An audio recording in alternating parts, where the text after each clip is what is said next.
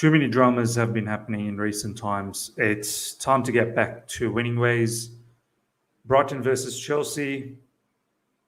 We have to win. We have to win. That's it. We just badly need to win. All right. Here we go, back again on the other side of the coin.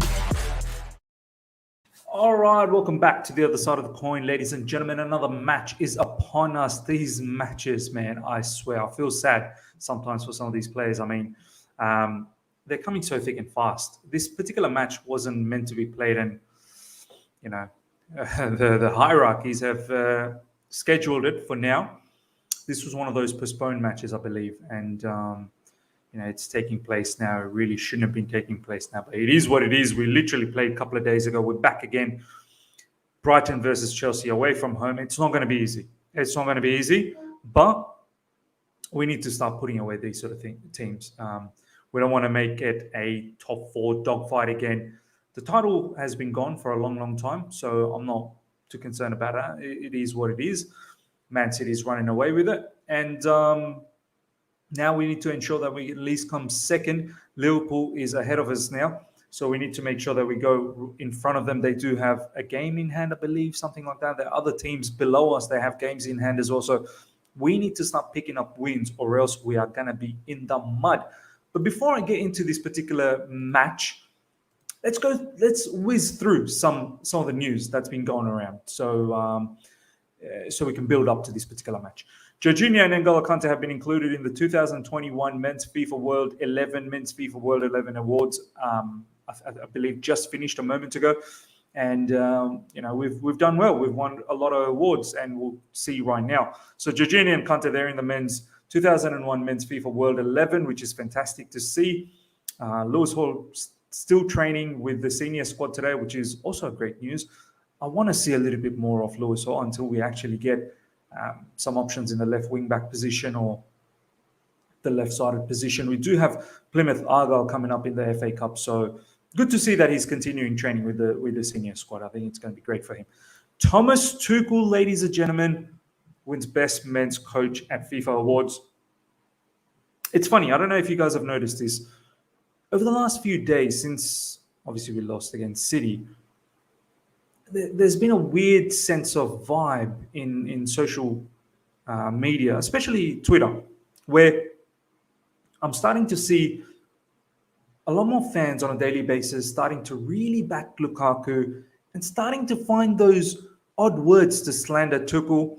The journalists, as I've already mentioned, they're starting to find those right words to try and pick out Thomas Tuchel, and they're sort of subconsciously backing Romelu Lukaku, making you subtly backing Romelu Lukaku. So, look, ladies and gentlemen, Thomas Tuchel wins Best Men's Coach at FIFA Awards.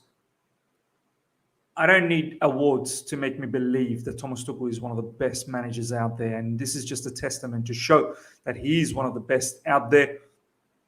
We need to back him. We seriously need to back this gaffer, and ahead of any players. Players need to understand him, not the other way around. I mean, yeah, sure, he needs to understand the players as well. I think he does.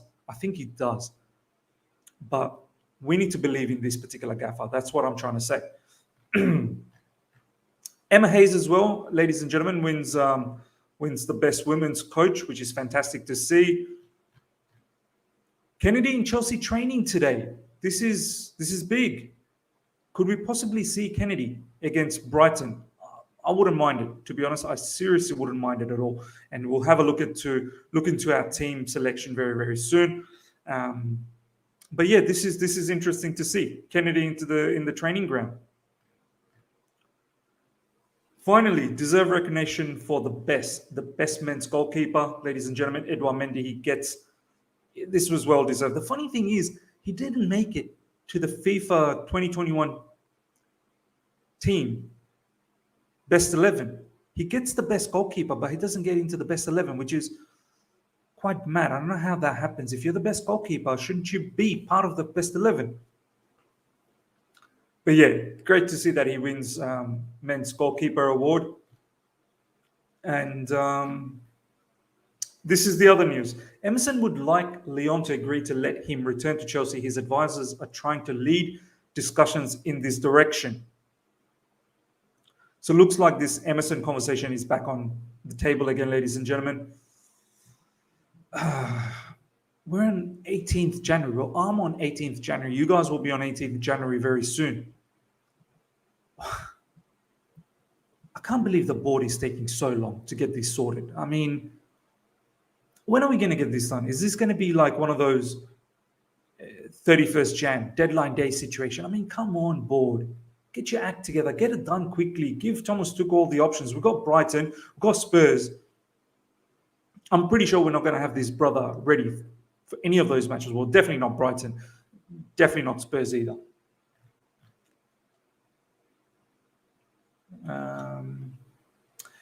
Emerson Palmieri wants to return to Chelsea. Until now, Lyon had been categorical and had refused the request of the Blues. I understand Chelsea have still been pushing for this. Keep pushing, Chelsea. I mean, honestly,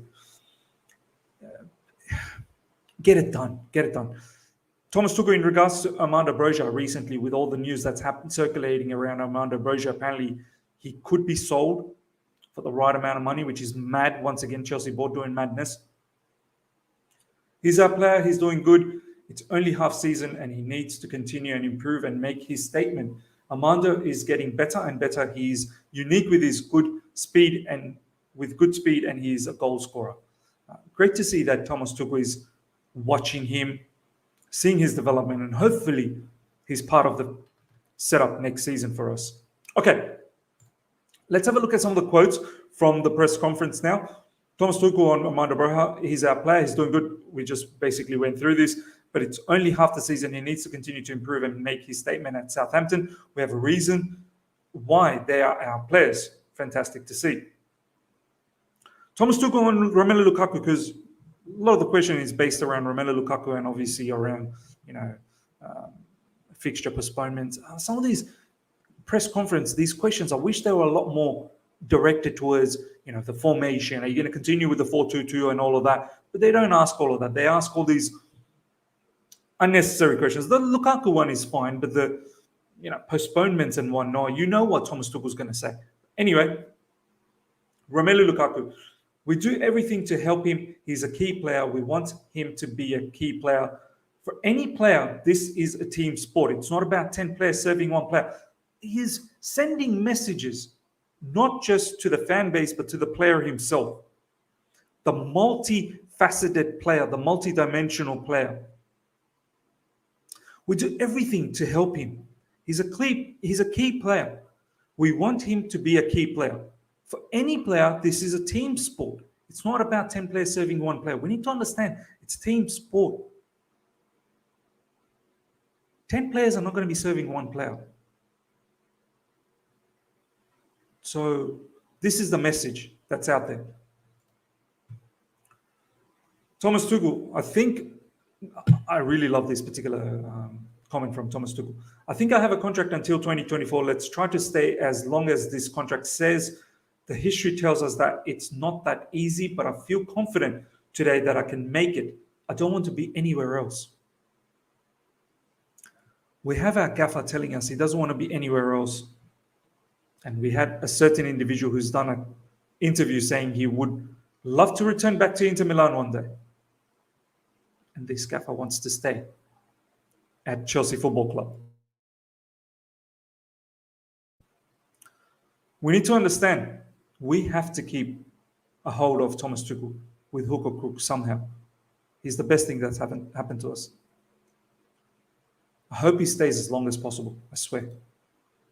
Thomas Tuchel on Brighton. They're a tough side to beat and play against. They're not shy to play one-on-one, high pressing. You have to win defensive and offensive challenges. You have to step up and show quality. Be ready no matter what. Brighton should have beaten us last time. Our second half was mad from Brighton the last time we played them. They're not an easy team. Very, very, very difficult team. But we need to beat them. We have to beat them. We'll see how we tackle them away from home. It's not going to be easy. They've troubled Man City They've obviously troubled Liverpool. We've seen that. But we need to back the 3 points. We need to back the 3 points. All right, ladies and gentlemen, let's get into the team selection. Before we do this, please smash the like button if you've enjoyed this video so far. Keep hitting the like button. If you're here for the first time, subscribe, hit the bell notification. We're only about 400 away from 10,000, so let's get there quickly. First of all, I personally wouldn't play this formation. I don't have wing backs. I'm not going to play this formation. It's as simple as that. As soon as we get the wing backs, I'll play this. Right now, this is not what I want to do. I know Brighton plays with 3 at the back, but so be it. I want to play something that is more suitable to the players we have right now. And wing back play requires very, very good wing backs. And we don't have that. We simply do not have that. So don't want to play it. This is what I want to play. 4-2-2-2. So you got the 4 here, the defenders. You got the 2 in the midfield. You got the 2 wingers. And you got the 2 up front. You can even call it a 4-2-3-1 if you really wanted to say it. But whatever you want to call it, 4-2-2-2, 4-2-3-1, it doesn't really matter. But this is the formation that I'd play. In goalkeeping position, Kepa, of course. I believe in him now that Mendy's gone to AFCON. In the back, Rudy as the LCB. Silva as RCB. This is where it gets tricky. We saw Kennedy was training, but I still wouldn't have him as yet. I want him to ease back into it, maybe some minutes off the bench, perhaps. I'm going to go with Sa. I can't play Alonso there. I need some pace. Sa's got some pace. He's a left-sided player, left-footed player. He's got good recovery pace. I don't necessarily need him to bomb up non-stop. He can be one of those defensive style of a left-back. I'm okay with that. In the right side, Aspie. Once again, I don't want Aspie to keep bombing up. I need him to preserve his energy. He can stick back around here and maybe Sa can go up. Essentially, this is what it's going to turn out to be anyway. It's going to be like this. You're going to have this player who's going to act off the ball as an auxiliary wing back to help out in defense. So essentially, it's going to turn out like this anyway. But if we were to move back into more customary situation, this is what it would look like. In the middle, Jorginho hasn't played for a little while. Kante had a big game against Man City. I don't know if I want to risk him straight away. I'd bring back Jorginho and I'd have cover. Kante can come off the bench. I need to be very careful about Kante. I don't want to keep playing him so frequently and then he picks up another injury and then we're dead. I need Kante for the big matches. And we've got big matches coming up. We've got Spurs coming up after this. Some may think that's not big, but from the Premier League point of view, it is big. This is a big match as well, but I think Jorginho and Kovacic can do the trick. Out on the right, I want Ziyech, and I want him to do what he did against Spurs as an auxiliary wing-back off the ball to help out in defense. And I think his delivery from here, I'm hoping, will be better with now more attackers. Hopefully he can get a lot more out of it. And I want him to sort of drift into these sort of locations. And this striker can sort of help out as well. Because Aspie's not going to bomb up. So I need this striker to help out. And then you get this particular player moving into these areas and finding space there. For me, Ziyech to play on that side. On the left side, Callum Hudson-Odoi. I need his directness, need his dribbling ability. Hopefully he doesn't shy away from attacking players. He has that in the locker. He needs to continue on with it. The second striker or the player that's going to be next to the main striker, Mason Mount. I think this position for Mason Mount suits him. It allows him to be box to box. I don't like him to be out wide. He doesn't have the pace, doesn't have the trickery, the dribbling ability, and I think he's wasted in those areas. But he, in the central area where he can drop into midfield and be box to box, that's where I like him. And I think as a second striker, he'll do good. He'll do good. He's had a bit of break against City. Let's bring him back. hopefully he can press from the front and create chaos. This, ladies and gentlemen, I am dropping Romelu Lukaku. I'm bringing back Havertz. Lukaku hasn't done anything to warrant a place in the starting 11. He has been abysmal since the interview, since his apology. He needs to work himself back. We can't just give him a free ride. I'm sorry. I know he costs a lot of money.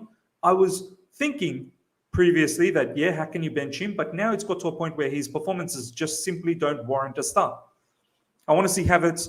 I think this dynamic, Cho, Mount, Havertz, Ziyech, with the midfield of Jorginho and Kovacic, I think it's going to be fantastic against Brighton. I think that front four will work brilliantly. It's got a lot of work rate. It's got a lot of pressing. Yes, in terms of finishing, who's going to finish? Hoping that Mount can finish. But maybe it's going to get the better out of all the other players, Hudson-Odoi and Ziyech as well, for the attacking players. This formation, for the time being, since we don't have wing-backs, is what I would go with. Let me know what your thoughts are, ladies and gentlemen, with this particular lineup. This is what I would go with. Kepa, Rudy, Silva in the back. Sarr, Azpilicueta, Jorginho, Kovacic, Ziyech, Hudson-Odoi, Mason Mount, and Havertz. We can have Mount dropping into midfield and be box-to-box. We can have Ziyech coming into these areas and whipping in those crosses. We can have Callum as well coming into these areas. So this is going to be very, very fluid, and Havertz can roam around anywhere up front, to be honest. So that's the lineup. I'm going with a score prediction of 2-1, a narrow victory. Brighton's a very, very good team, but it's a win we need. It's a win we need. We've got Brighton, we've got Spurs. We need 6 points. We badly need 6 points. We need to get back on track. I feel like any more drop of points from here on in, the media is going to be on the back of Thomas Tuchel. Now that I've dropped Romelu Lukaku, can you imagine if we still drop points, what the media is going to do in regards to that narrative? So we need the points for many, many reasons. Of course, for the main reason in the Premier League, we need to ensure there is no dogfight for top four there. We come second. We're not second at the moment. Liverpool's ahead of us. We need to get ahead of them. So, ladies and gentlemen, let me know what your thoughts are about that lineup. Let me know your score prediction. Please comment below. I want to hear from each and every one of you guys. Hope you've enjoyed this. Smash the like button if you have. If you're here for the first time, subscribe. Hit the bell notification to stay in touch with all my content. We shall see you for the watch along. Until next time. See ya.